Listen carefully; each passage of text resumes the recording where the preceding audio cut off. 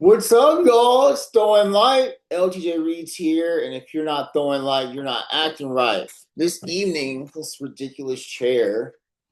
All right, so my special guest for this Sunday is Sir Loves a Lot, Mr. Connecticut Leather 2025. Got to Yeah, see you on the IML stage this past May. yeah. What's up? What's going on in Connecticut? Is y'all's weather starting to cool off?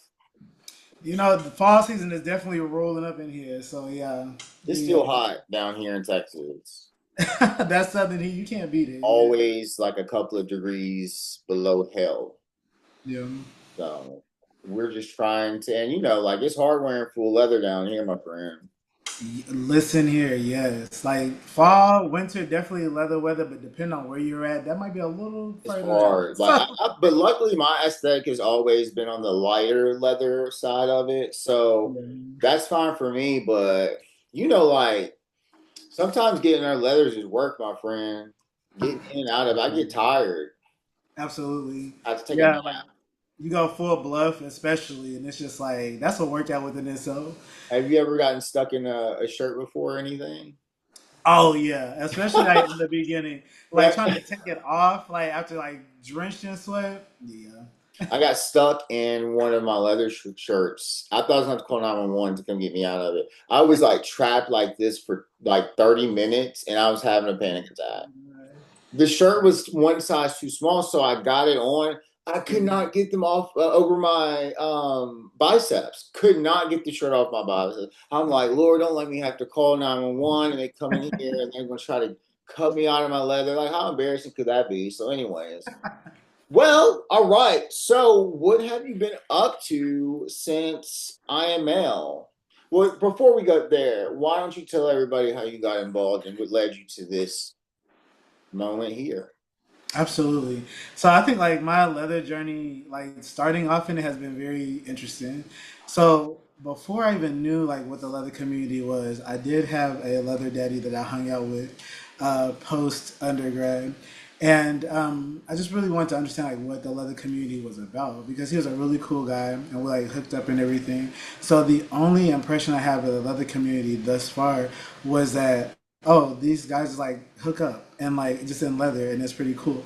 I didn't understand like there was like moral and codes and like there's an ethic that we follow. And so it wasn't until 2016 when I went to IML for my first time as a spectator. I didn't really understand like the magnitude of what IML was. A friend of mine who's not really in the leather scene, but he loves leather and like he's like leather adjacent per se. He took me to the contest and he was like, "Yeah, this is like this huge thing that people come around and like they have a jock wear and they have formal wear and blah blah blah," and I thought it was cool. And so he gifted me my first leather harness. It was like a leather and chain harness, and he told me he's like, just put this on and like go walk out in the street. And I was like, what? Now, mind you, y'all, I'm from Kansas, and so that's a very conservative state. And Chicago is just like our neighbor, or Illinois is our neighbor. And so I was very much like, I don't think I can do that. But I saw everybody just being like free and kinky and doing whatever. And so I started to get into that a little bit more. So fast forward to about like 2019, 2020, I really started to get more invested into the leather community because I remember like, oh, this is what I miss. I moved from Kansas City in 2017 to Massachusetts, and I've been there until recently. And then I was like, oh, okay, so let me kind of figure out what the leather scene is like on the Northeast. And that's when I really started to get into like, oh, this is what your formal wear looks like. This is what your colors mean. This is how the community comes about. And so ever since then, I really started to dive into who my leather character is. And Sir Loves a Lot, well, Mr. Loves a Lot at the time, was born after I won Connecticut Leather. And I really started to find out who I am, just like as a leather person and just as like a person, period. So, yeah, that's a I little love. bit. I'm sorry, but I love when I heard your name, Sir Loves a Lot. I loved it. Thank you. Thank Love you. it. I love it. Um, so I know where I want to go. I want to warm you up a little bit more before I go there. Okay. Um, so through your experience, what have been some of the things that you've been most passionate about?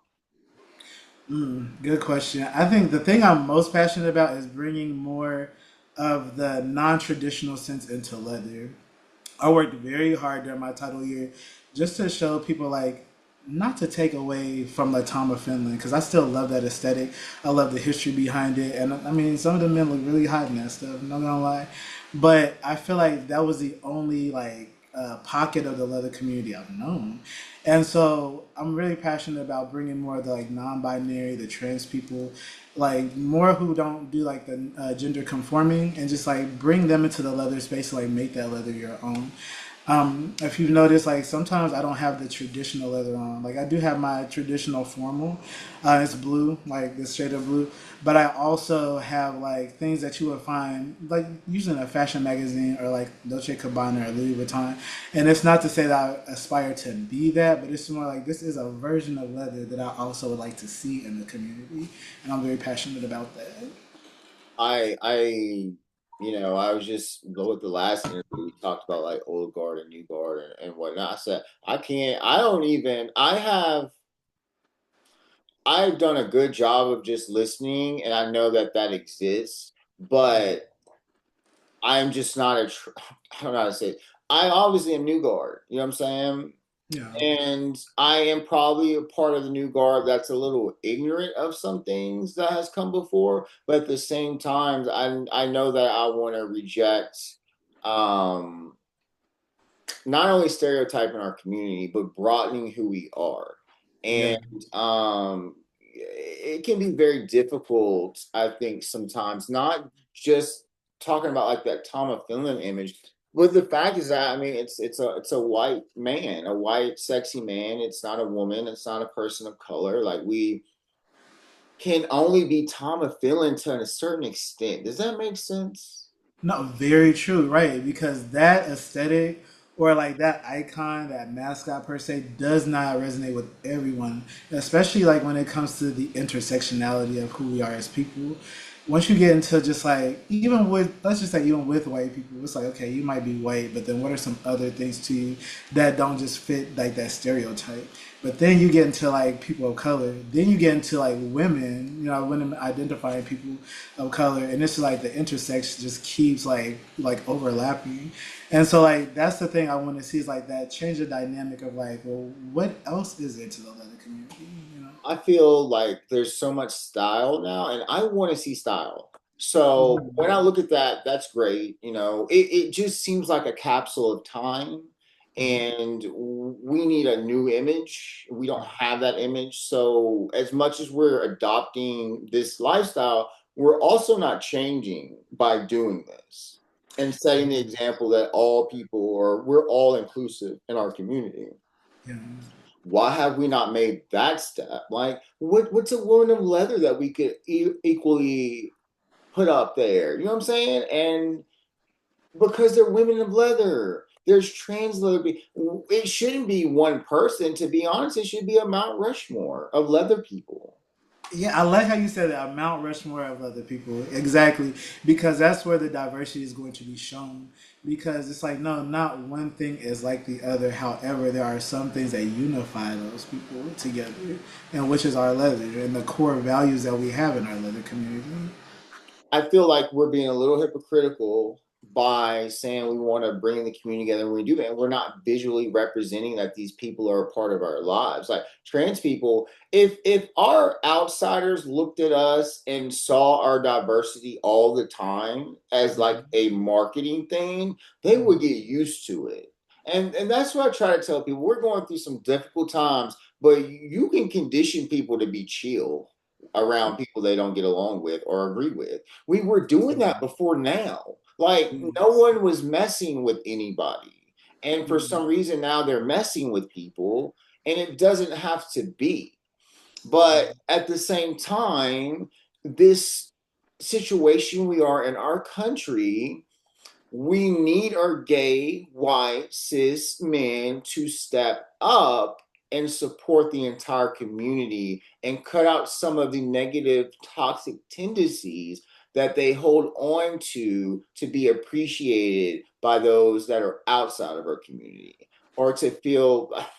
I don't want to call them lapdogs, but what do you think? It's just like we need those voices to amplify the voices that we need to hear the most.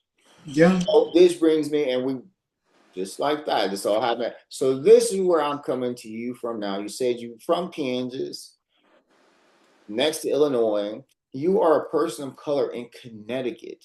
And let's talk about Connecticut culture right quick, because the stereotype is Connecticut is a very wealthy white state, right? Mhm. So where is the main leather community in Connecticut for people? Because I love to talk about geography and help people understand dynamics. So where Right. are you? Okay, so I do want to have a very clear disclaimer too, because it's funny. Connecticut Leather is an open title. So I ran for Connecticut Leather when I lived in Massachusetts, but now I live in Rhode Island. So I do not live in Connecticut, but I frequent Connecticut because I'm the state title holder. Plus, I love it there. Now, How many go- states is it open to? say it again. How many states is that title open to? So it's open to the neighboring states. So, like for instance, like New York's not too far away, but New York has its own thing, so like it doesn't make sense. But if a person wanted to run, they could. Massachusetts, Rhode Island, so any of those areas. When it comes up to like Vermont and New Hampshire and things like that, people are more considered to go for New England leather because since Boston no longer has like a leather title specifically, New England leather kind of covers that like oh Massachusetts, Vermont, and in the New Hampshire area, and even up into Maine. But even Maine has a harbor master. So I think we're all trying to figure out like how do we stay in community and like who's going to be the representative. But yeah, so that's just A a little lot of bit. a lot of y'all. Now you're in Providence, but a lot of people I know. You got your family up there. You're up there with Jack and Yeah, Antonio. yeah. Um, so it's interesting because Louisiana does that. Mhm. Louisiana's title spreads to the coast, Okay. and I think it's cool. But my only concern when it comes to that is that they're not outreaching within the state. And so Yeah. it just makes sense to me to push that title for the people within it. So, but y'all, the New England y'all are. I mean, y'all are considered like a pack. So it just so so though we're gonna focus on Connecticut, and so the capital of Connecticut is Hartford. Mhm. Okay, do you spend time in Hartford? Spent Hartford and New Haven, like specifically. So those two are two of the major cities in Connecticut. Then you have like Hamden, which is smaller, like Middletown. Um, let's see. You got Mystic, Connecticut. So like, there's like other little places too that I visited, because I felt like even as a person who's not from there or lives there, still being the state title holder, I want to get to know the community that I'm serving. Just me as a person, I'm a social worker, so like I believe in like unifying communities. It doesn't necessarily mean like oh well just because you're in Connecticut then like that's all you stick to, or just because I live in Providence, Rhode Island, that I couldn't be successful and be a Mr. Connecticut Leather. Because if you really have the heart to connect people and you have the heart to like figure out what that demographic is like in whatever city, then you will be successful in it. So, what is the leather community like in Hartford? I don't know a No, lot definitely. about it. You know, is it a big community? I would say like there is, and this is just my POV. So there's a community there. I think it's kind of spread out. So there was a kink group that was in Connecticut, and the name escapes me right now, so I do apologize. Like y'all will yell at me, okay? Put it in the I'm comments. gonna let them yell at you. I'm not gonna let anybody yell at you. It's fine. But like that community was very like much of a staple like to build like the community in Connecticut because it's leather, it's king. It also brought people together and like there was a group. But just like anything, if it's not sustained, then it kind of like fades.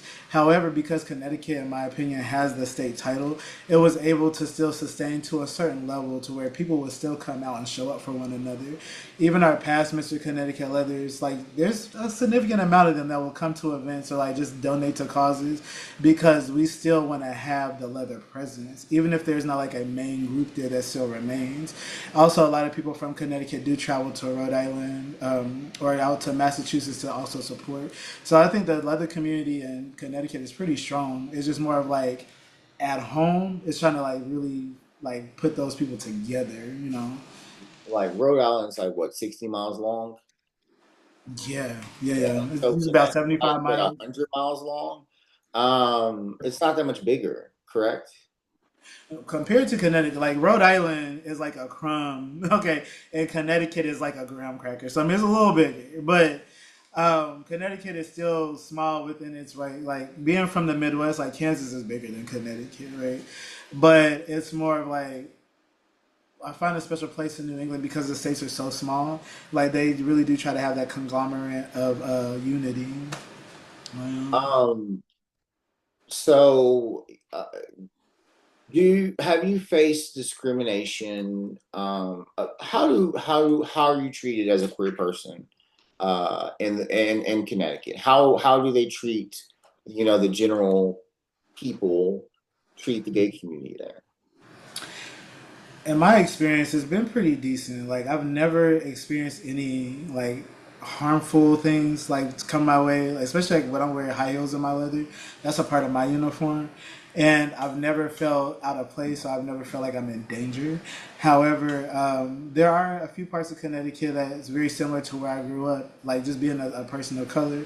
And I hate to use the word the ghetto because like it's such a stigmatized word, but areas that are not as affluent, but like there's still camaraderie and unity there. In the black community, black and brown community especially, it is a sense of like, ooh, you can't really be like that, or you can't really be that queer because like that doesn't look good on you. And so I think I've experienced that in general, not really just in Connecticut, but when I go to the right spaces where there are queer people of color, like our black and brown people, I felt very accepted. Like Hamden, Connecticut has a kiki ball that they do every year. Fantastic. It was my first time going. Was this year, and the acceptance, the camaraderie. Where I was in my leather, there's people in kink, there's people doing ballroom. Like there's so much that happened in that space, and it's like, oh, I feel like I'm at home here. Even though Connecticut is still its own entity, it's like that little pocket made me feel safe, and I do find that in Connecticut quite often. So, in terms, so you say that you feel safe there.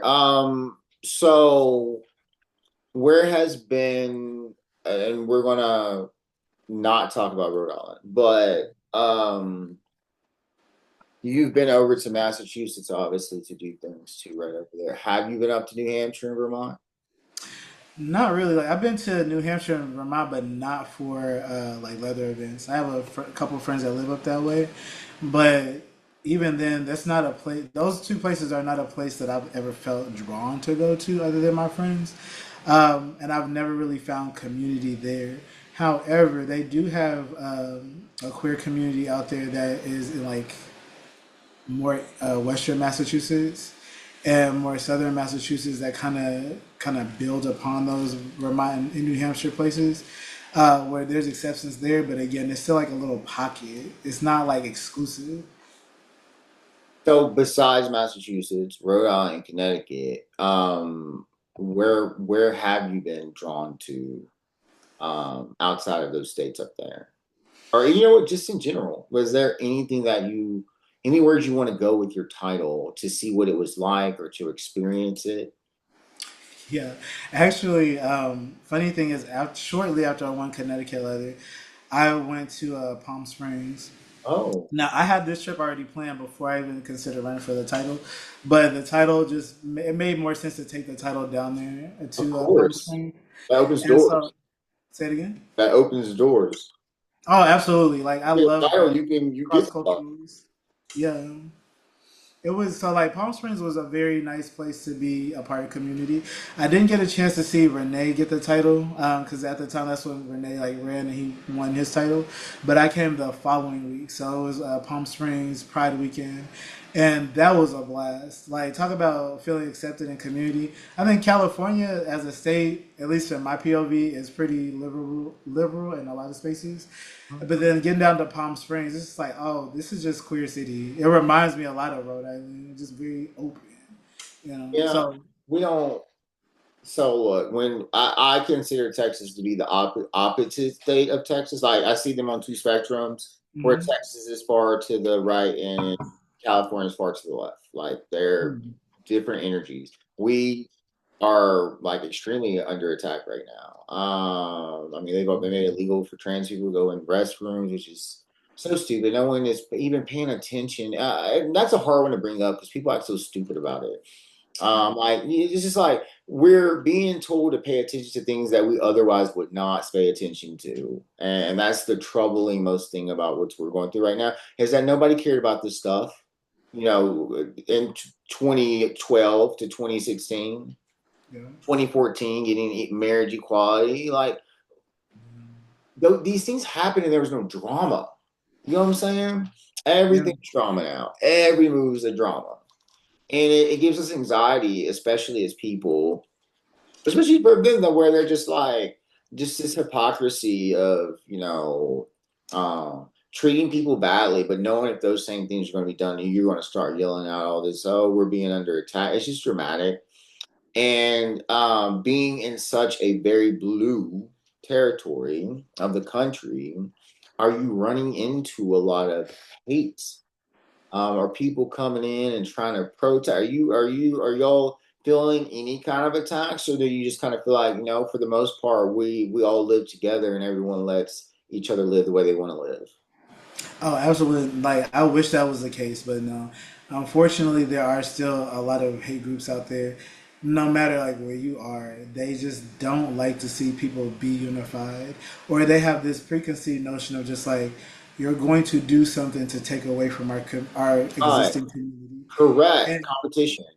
right, exactly. And it's so crazy to me how that happens because like Martin Luther King is one of my favorite people because he in his I Have a Dream speech he talked about judging people by their character and not by the color of their skin.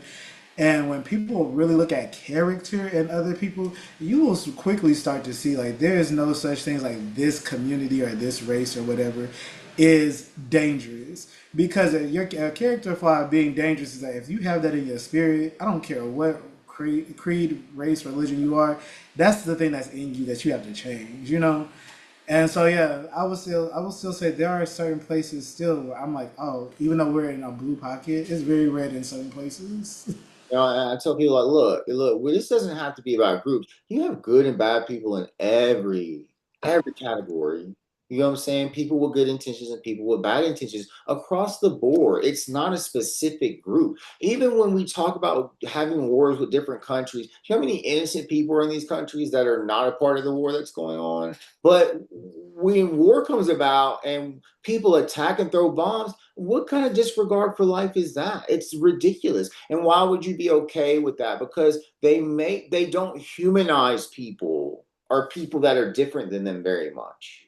Right, exactly. So if they're like, well, we're white and we're going to use the Bible and it says that you have the mark of Cain, you're black, so now you deserve to be a slave. I mean, like that's the mentality and now we're in this arena where it's kind of like we're not going to celebrate anything that's like us. We're going to amplify what's like us, double down, even if we're wrong, because we don't want to be wrong. Exactly. Like, the masses will come together to be wrong before they will come together to be right. Yes, I see that very plainly. Like, I don't know if you see it on social media, but during Trump's first presidency, there was this interviewer that's just like, "Why did you vote for Trump?" Or like, "What is it about this person that like makes you want to be under his leadership?" And a lot of those people could not answer it like with a very fluid, like, "This is what I think," or "I'm thinking like this is my stream of thought." A lot of people went off of just like what they believe because other people believe it, or they don't want to be ostracized. And when you think about Kohlberg's moral development, he was a socialist. He talks about like the different stages of moral development, and one of the stages is called social conformity, and it literally is like I'm going to believe what the majority thinks, so I'm not ostracized because I don't want to not have community, Yeah. even if they're not on the right side of things. And I was like, that's dangerous. That's what it is. Like it is what it is. And it's not, but the reality is that we are being told there's a majority that I don't think is a majority. Mm. And that's the problem. So now it's dominating our media with all of this propaganda and making people think all these things that are lies. And I don't think like people just you can just tell people don't know how to get around this right now. And make fact we've allowed fictitious information to be the norm and for people to call everything fake and stuff, and it's ridiculous. If no one's accepting information, then what's the point of communicating the way they're communicating? Like no one can have a civil conversation in this political climate right now. No one No, wants. because people are so afraid, like you were saying, just people are so afraid of like being wrong, or like there's a certain aspect that's not all the way right, and it gets like called out or it gets addressed, and now the person who had this strong belief, just because there was another thing that kind of altered their belief, and it's just like, oh, they just double down on the thing that they're very wrong about. And I was like, I really wish you would just open your eyes to see that you're not gonna like everything that happens in a community of any sorts. However, there are things that unify us, that bring us together, that we need to really focus on for the bigger picture. Because the only way we're ever gonna get ahead is really to, number one, understand not everything is for everybody, but number two, respecting the fact that when you don't belong in a space, there's no shade, you just don't belong here. However, that doesn't mean that when there is a space where it's appropriate for all of us to unify, be a part of it. Like, it's really not that hard. Yeah. My dog is going to be on the show. All right, we are towards the end of the show. I've got one question left for you. What is something in our community that you need feel like we are not shedding enough light on that we should shed more light on? I think just to extend like what we were talking about, just I think the open mindedness or the thoughts of intersectionality. I think the light needs to be shed on the fact of like we can get along with people who are not like us, and those who are not, those who have a harder time being more peaceful or civil about it. We try to figure out like what do we do with those people? Like how do we still keep it peaceful, but also be like, I can't really vibe with what you're saying, but I'm not going to attack you, if that makes sense. Yeah, I don't. Um, All right, well, that brings us towards the end. This has been a great interview. Thank you so much for your time. Sir loves a lot. Thank you. And I hope no one ever steals that. I'll be like, you did not, that's your name. No one ever try. You need to trademark that and sell merchandise. No, look, look, look. I'd buy some Sir I got Loves a a, lot. I got a whole logo. I'm trying to like, That's beautiful. okay, like seriously. That's beautiful. All right. Well, there's one thing that you have to do before we leave. You have to All close right, the show. So, Sir Loves a lot. I'm going to count to three, and you're going to say, if you're not throwing light, you're not acting right. all right. Ready? Mhm. One, two, three. If you're not throwing light, you're not acting right. There we go. Period. All right. Well, that's another episode of Throwing Light. Thank y'all for watching, and we're out.